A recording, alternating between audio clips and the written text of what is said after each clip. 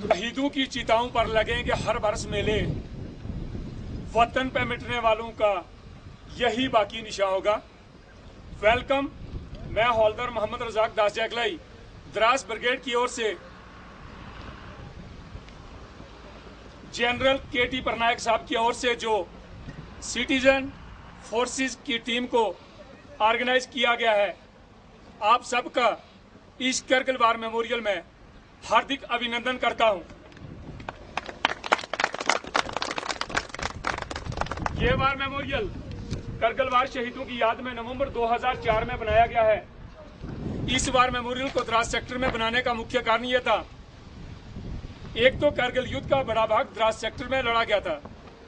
इसके अलावा आप जिस स्थान पर खड़े हैं, यहां से उन पहाड़ों की चंद एक ऊंची चोटियां दिखाई दे रही हैं, जिनके ऊपर पाकिस्तान आर्मी अपना कब्जा जमाए बैठे थे। इन दिखाई देने वाली ऊंची चोटियों के नाम इस प्रकार से हैं। आपके सामने जो पहाड़ दिखाई दे रहा है, नाम तोलोलिंग। अगर आप अपना ध्यान थोड़ा बाएं बिल्कुल स्काई लाइन पर ले जाएंगे, जहां पे हल्का स्नोफॉल गिरा हुआ है और 3 पीपल दिखाई दे रहे हैं, नाम तोलोलिंग टॉप। तोलोलिंग टॉप से बाएं की ओर बढ़ता हुआ पर अगर आप अपना ध्यान पूरा बाएं बिल्कुल स्काई लाइन पर ले जाएंगे, वहां पर 2 ऊंची नोकीली चोटियां दिखाई दे रही हैं। दाहिने वाली सबसे ऊंची नोकीली चोटी नाम टाइगर हिल। टाइगर हिल से बाएं की ओर बढ़ता हुआ पर दूसरी नोकीली चोटी नाम राइनो हॉर्न। टाइगर हिल और राइनो हॉर्न के बीच चंद एक पोस्ट इस प्रकार से हैं, जो यहां से दिखाई नहीं देती, जैसे इंडिया गेट, हेलमेट टॉप, शिवलिंग पोस्ट और रॉकी नोक। वापिस राइनो हॉर्न। राइनो हॉर्न से बाएं की ओर बढ़ता हुआ पर उसी लाइन में बाएं वाला जो सबसे उठा हुआ टॉप दिखाई दे रहा है, फॉर डिस्टेंस स्काई लाइन के ऊपर, जो पूरी तरह से बर्फ से ढका हुआ है, नाम .4875। .4875 को बत्रा टॉप के नाम से भी जाना जाता है, क्योंकि वहां पर ही दुश्मन के फायर से कैप्टन विक्रम बत्रा का शहादत हुआ था। आप जिस रास्ते से आए हैं उसे NH1 के नाम से जाना जाता है, जो कि लेह और कारगिल को श्रीनगर के साथ जोड़ता है। घुसपैठ होने का मुख्य कारण यह था, शिमला समझौते के तहत भारत और पाकिस्तान का 1972 में एग्रीमेंट हुआ था कि विंटर के दौरान दोनों देशों की सेना LOC को छोड़कर कम बर्फीले इलाके में चले जाते थे, क्योंकि यहाँ पर सर्दी ज्यादा होने के कारण दोनों देशों की सेना का रहना काफी मुश्किल था। यह इलाका सर्दी के मामले में विश्व में दूसरे स्थान पर और एशिया में प्रथम स्थान पर 9 जनवरी 1995 में -60 डिग्री सेल्सियस टेम्परेचर रिकॉर्ड किया गया था।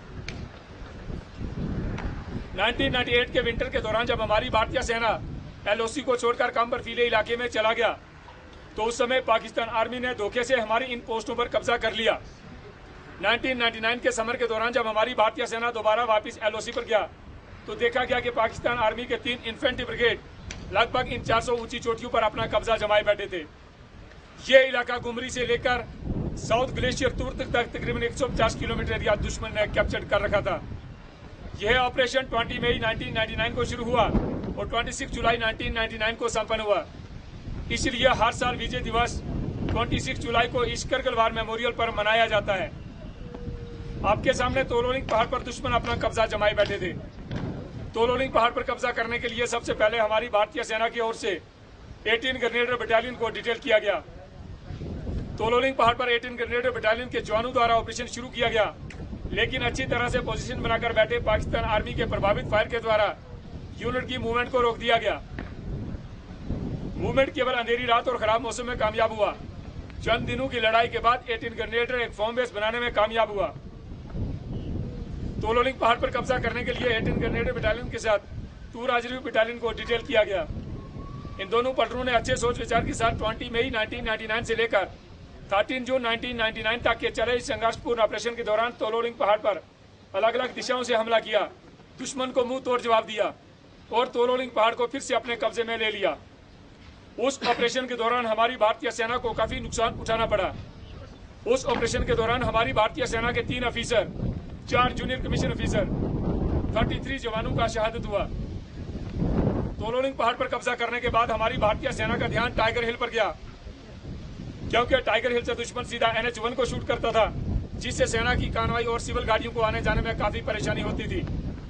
टाइगर हिल पर कब्जा करने के लिए हमारी भारतीय सेना की ओर से 18 ग्रेनेडर बटालियन और 8 सिख बटालियन को डिटेल किया गया। इन दोनों पलटनों ने अच्छे सोच विचार के साथ 3 जुलाई से लेकर 8 जुलाई 1999 तक के चले इस ऑपरेशन के दौरान टाइगर हिल पर अलग अलग दिशाओं से हमला किया और टाइगर हिल को फिर से अपने कब्जे में ले लिया। उस ऑपरेशन के दौरान हमारी भारतीय सेना को काफी बड़ा नुकसान उठाना पड़ा। उस ऑपरेशन के दौरान हमारी भारतीय सेना का एक अफीसर, 4 जूनियर कमीशन अफीसर, 30 जवानों का शहादत हुआ और 120 जवान घायल हुए।